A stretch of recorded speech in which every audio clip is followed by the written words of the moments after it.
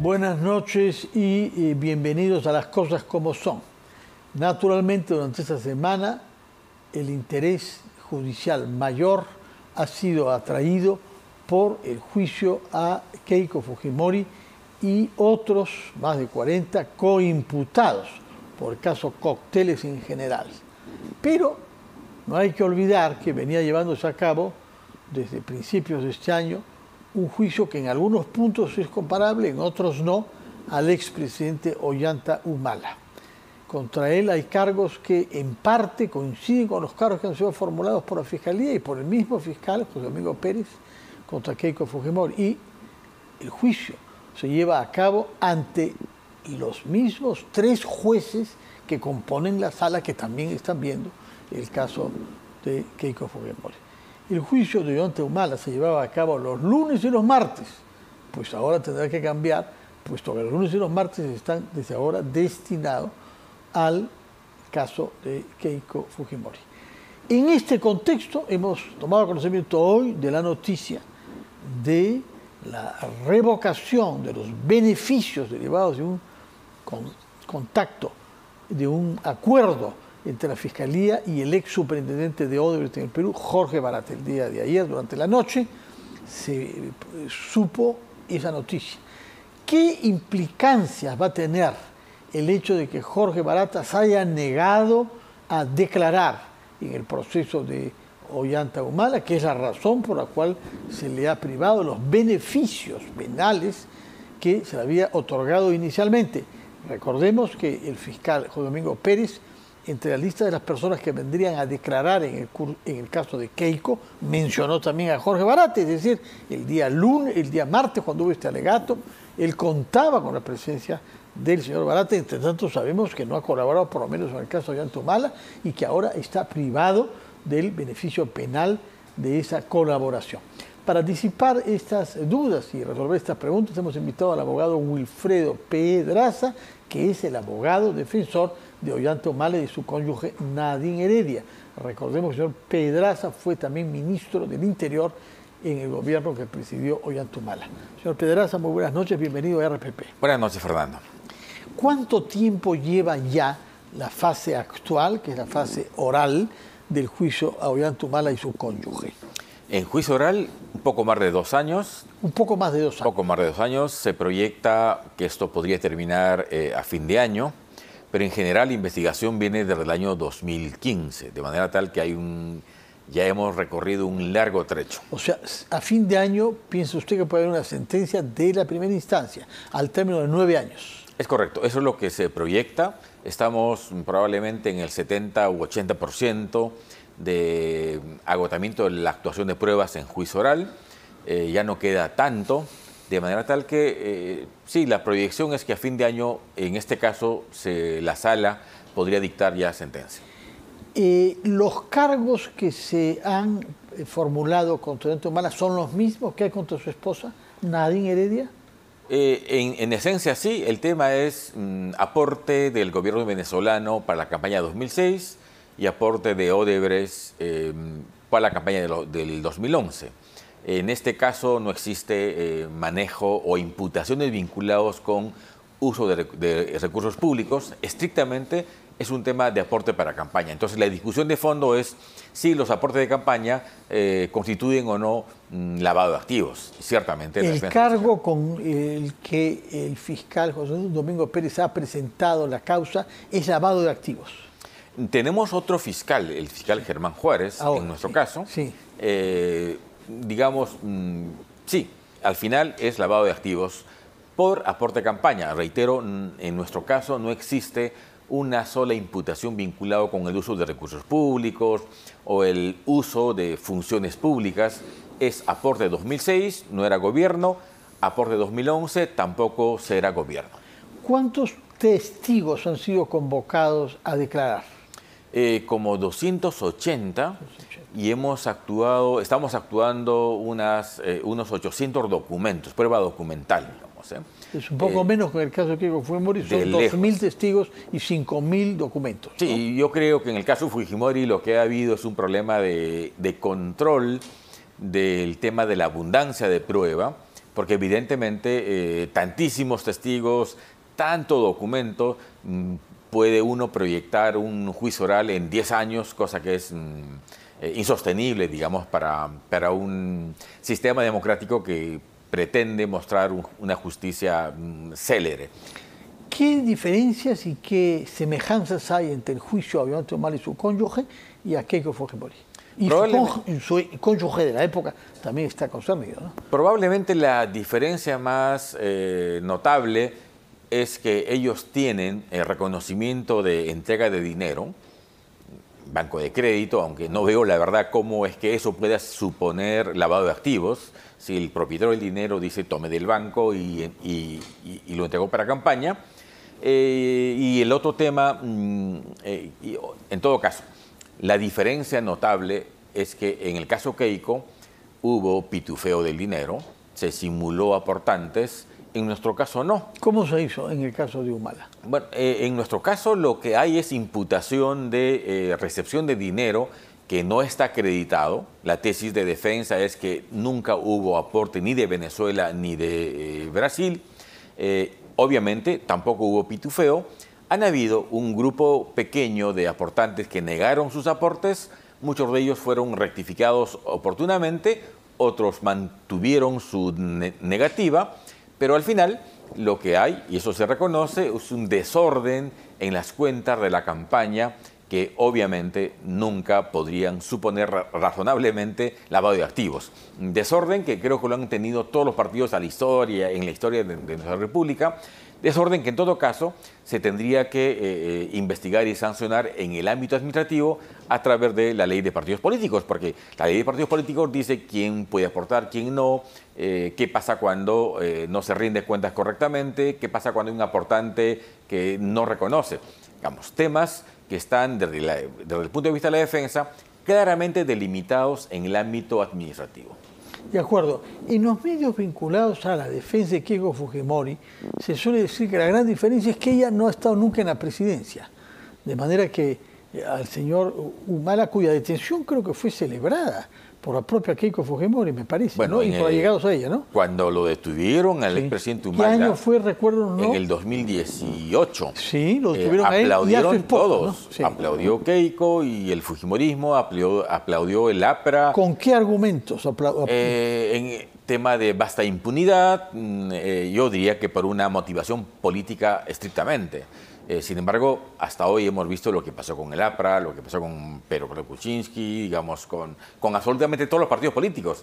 Tienen hoy la misma imputación. No todos los políticos no, y menos absolutamente. Los partidos, ya, algunos, los partidos grandes. Sí, sí.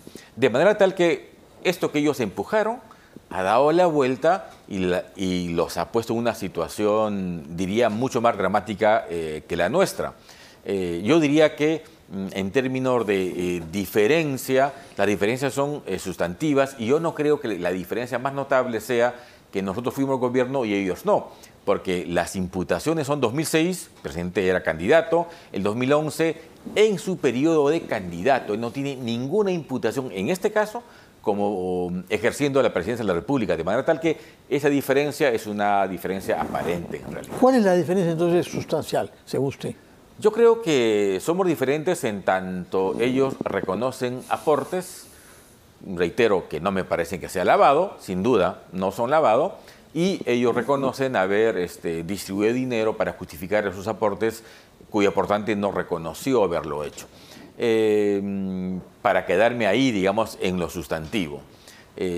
Creo que todos los temas vinculados con aportes de campaña e investigaciones vinculados con lavado se van a caer en el camino porque colisionan con el concepto central, universal de lo que es un lavado. El lavado supone recibir dinero de origen ilícito a sabiendas que tienen origen ilícito, procesarlo. O que se presuma tal. Bueno, o la que ley, perdóneme usted, me parece recordar, dice un dinero del cual se sepa que es de origen ilícito o que se deba presumir que lo es. Correcto. En el 2011, fecha del supuesto aporte al nacionalismo, Barata era un empresario exitoso en el país, Odebrecht era la principal empresa constructora en el país. Nadie jamás podría haber dudado de la capacidad y honestidad, transparencia de una empresa de esa magnitud en ese tiempo. Habían cuestionamientos en Brasil mismo. En Brasil, sí, aquí las noticias desde el año 2015 para adelante. De manera tal que esa presunción era impensable en ese tiempo. Odebrecht, y nosotros lo hemos acreditado en el proceso, era premiada, reconocida por los organismos internacionales, por las organizaciones empresariales en nuestro país. Pero no el 16.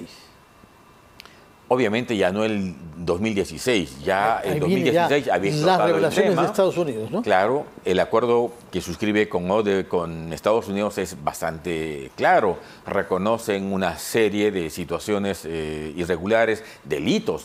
A mí me queda claro que Odebrecht, por supuesto, es una empresa corrupta que corrompió en 12 países de la región, incluido Estados Unidos.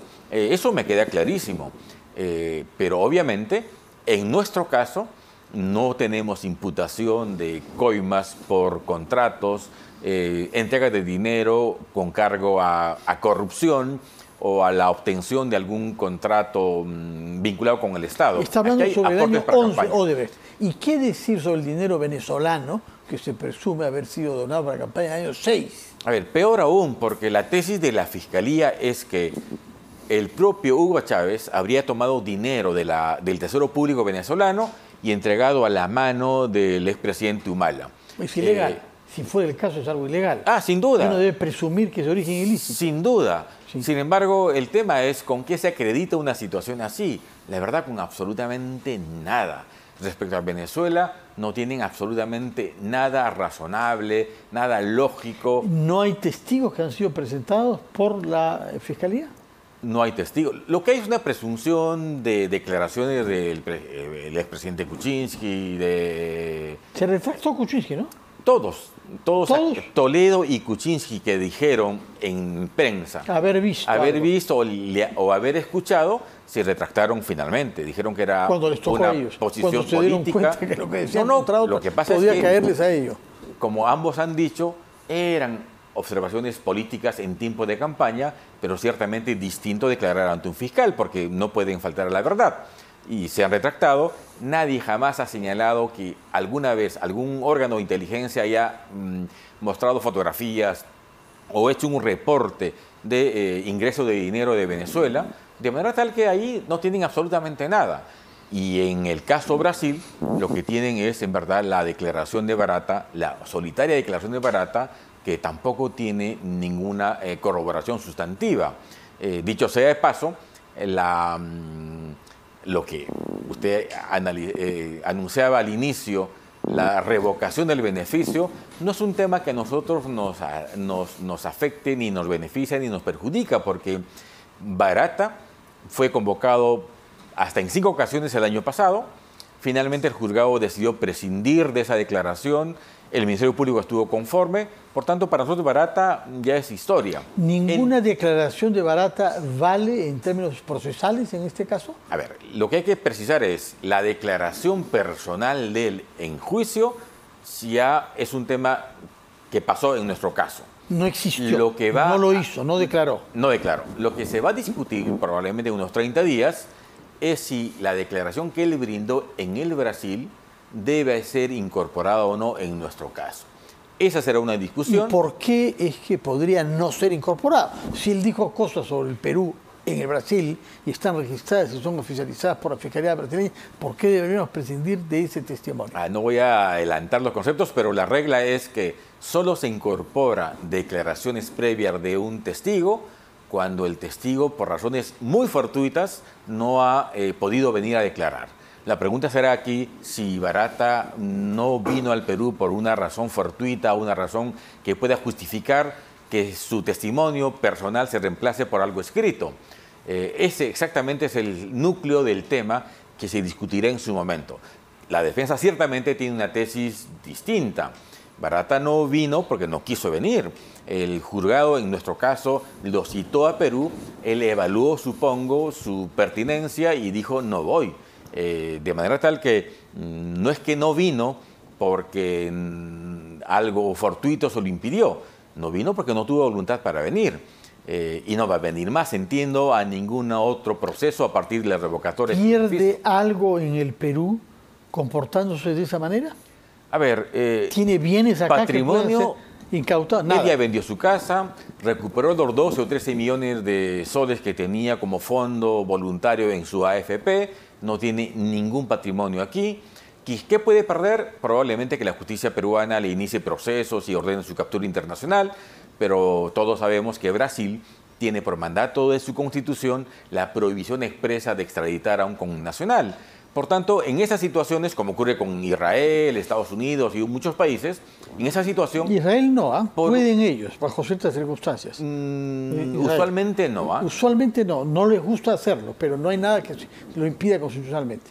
No sé Estados Unidos. Lo que va a pasar es que, por reciprocidad, el gobierno brasileño hará una investigación y decidirá si ellos juzgan o no. El tema es muy simple. Si Barata tiene desde el año 2016 un acuerdo de colaboración en el Brasil por todos los temas vinculados a Lava Jato, ¿algo más tiene que investigar? ¿Algo distinto o nuevo? Me temo que no. Lo más ¿Y usted probable... cree que la ausencia de Barata y la no validación de su testimonio formulario en Brasil va a tener alguna influencia en el juicio de Ollanta y su esposa o en el de Keiko Fujimori? En el nuestro no, porque Barata ya pasó, el tema Barata ya pasó. Está pendiente la declaración en el tema Keiko y en todos los demás. De hecho, el fiscal a cargo del caso de Keiko anunció su declaración. Claro, es una contradicción que él mismo pida la revocatoria de su beneficio y lo anuncie como testigo. Creo que en ese caso la Fiscalía sin duda pierde, porque la mayoría de casos han sido construidos sobre la base de la declaración y de la información proporcionada por Barata. Es un testigo de Barata muy importante. Si no viene, por regla simple, quien pierde es la Fiscalía sin duda. ¿Y usted gana? No, en nuestro caso, reitero, ellos si pierde la Fiscalía que nos acusa, bueno, hay que concluir que usted... En los demás casos pendientes de la declaración de Barata, en nuestro caso, que ya en noviembre del año pasado se prescindió de su declaración, la verdad, lo que le está pasando a Barata hoy es irrelevante. Irrelevante. En el caso de Ollanta Humala y su cónyuge, ¿hay colaboradores eficaces o testigos? Hay solo un colaborador, ¿ya?, por un tema contractual vinculado con Nadine en Arequipa, pero es uno solo. ¿Tema contractual vinculado con Nadine en Arequipa? Sí, preferiría no ahondar en ese tema, pero es un colaborador, digamos, doméstico, que no tiene que ver con los temas sustantivos en nuestro caso. ¿No hay nadie que haya colaborado con Ollanta Humala que se haya ofrecido? Ninguno. Siempre se especuló de un postulante a colaborador que desde el 2015 pretende una colaboración, pero... ¿Antiguo ministro? No. Se especulaba de uno de los acusados, que está al otro lado ciertamente de la posición nuestra, pero nunca cerró una colaboración, porque lo que él dijo aparentemente era información de fuente abierta, sin sustento, nunca pudo corroborar nada y por tanto en nuestro caso, en los asuntos centrales, no existe ningún colaborador. Quizás una diferencia más con el caso de la señora. Ahora, en el caso de Ollanta se ha hablado también de un pago por adelantado que su suegra habría hecho de una hipoteca. Este tema se ha abordado, me imagino, en el juicio. Se ha abordado con amplitud. A ver. Y ellos han mostrado que la familia Humala Heredia, cuyo padre era un contador, gerente legal de un banco en su tiempo. El padre de Nadine, sí, con una propiedad, sí, que la tuvieron desde muchísimos años atrás, antes de que todo esto pueda siquiera haberse iniciado, han mostrado un flujo económico que les ha permitido adquirir los bienes que ellos tienen, de manera tal que... Pero hubo uno que se pagó la hipoteca por adelantado, ¿no? Algunos cientos de miles de dólares. En todo caso, la casa de Nadine, $260.000. No hablo de esa, hablo de la suegra. Un departamento, me parece. Si me parece recordar... A ver, toda esa economía, ¿sí?, está claramente aclarada. En el debate pericial, de hecho, si bien los peritos de la Fiscalía aluden desbalance, la verdad es que en el debate se mostró un conjunto de inconsistencias groseras, muy serias, y por supuesto nuestros peritos mostraron que todos, absolutamente todos, tienen una economía que justifica lo que tienen. En nuestro caso, algo fundamental, no hay casas de playa, no hay propiedades inmuebles, salvo la que es conocida, no hay empresas offshore, no hay aquello que es típico en un tema vinculado con lavado, de manera tal que hasta ahora vamos con bastante tranquilidad en el proceso. ¿Y cree usted que habrá una sentencia entonces a fin de año? Habrá una sentencia, seguramente. ¿Qué ha pedido la seguramente. Fiscalía? ¿Cuál es la pena que está solicitando la Fiscalía? En el caso de Nadine, 26 años, y en el caso del expresidente Humala, 20. ¿Por qué Nadine más que Ollanta? Porque a los dos les imputan como un delito independiente de campaña 2006, otro delito independiente de la campaña 2011, y a Nadine le imputan conversión. La famosa, el uso de tarjeta de crédito de una amiga, temas de conversión. En realidad, hasta ahora tenemos, digamos, tranquilidad por las pruebas mostradas y actuadas. Creo que el juicio se está llevando de un modo adecuado, regular. ¿No tienen quejas contra el fiscal Germán Juárez? Bueno, diría que no tenemos quejas contra el colegiado, que está llevando las cosas contra los jueces. Pero hay alguien que acusa, que es el fiscal Juárez. Bueno, es natural que estemos en lados opuestos, pero al final lo que la Fiscalía aporta como prueba de presunta responsabilidad, la verdad es insignificante, irrelevante, y por eso vamos con tranquilidad. A fin de año habrá sentencia y, por supuesto, postulamos una sentencia absolutoria. Bueno, veremos qué decide la justicia a fin de año. En caso de que haya una condenación, usted apelará y eso demorará todavía por lo menos un año más. Quien apele probablemente tome un año más. ¿Quién apele? ¿Quién apele? Si usted gana, presume que la Fiscalía apelará. Una pregunta final. Usted ha sido un colaborador político como ministro del Interior del expresidente, ahora es su abogado defensor. ¿Cuál de las dos actividades le da a usted una mayor satisfacción, la política o la jurídica? Yo creo que ambas cosas, porque por ambas cosas tengo vocación, digamos, por la función pública y por la propia defensa. Quizás la función pública te permite trabajar por el país. La política de compras y de equipamiento que se hizo en favor de la policía ha sido histórica. La compra de vehículos, más de 4.000 vehículos, 4.500 motocicletas, 7.000 equipos de radio, 30.000 armas, la plataforma de radiocomunicación, la Central 105, digamos, cosas que en la historia del Perú, aunque no se conozca, se logró hacer con mucho trabajo y diría con mucho compromiso del presidente Humala. ¿El elogio que hace usted de su balance como ministro del Interior lo haría también sobre lo que hemos visto estos últimos años? No, sin duda que no. Yo creo que lamentablemente esa política de inversión en favor de la policía, que significó más de 1.500 millones de soles en ese quinquenio, se paralizó luego, porque ni en el gobierno de Pedro Pablo Kuczynski ni después, peor después, las compras se paralizaron, no hay capacidad de gasto. Interior siempre tiene dinero, siempre tuvo dinero. Pregunta Lo que no final hay y es capacidad rápida, porque el tiempo ha corrido. ¿Está usted de acuerdo con que se ha disuelto la DIVIAC para integrarla a la DIRINCRE?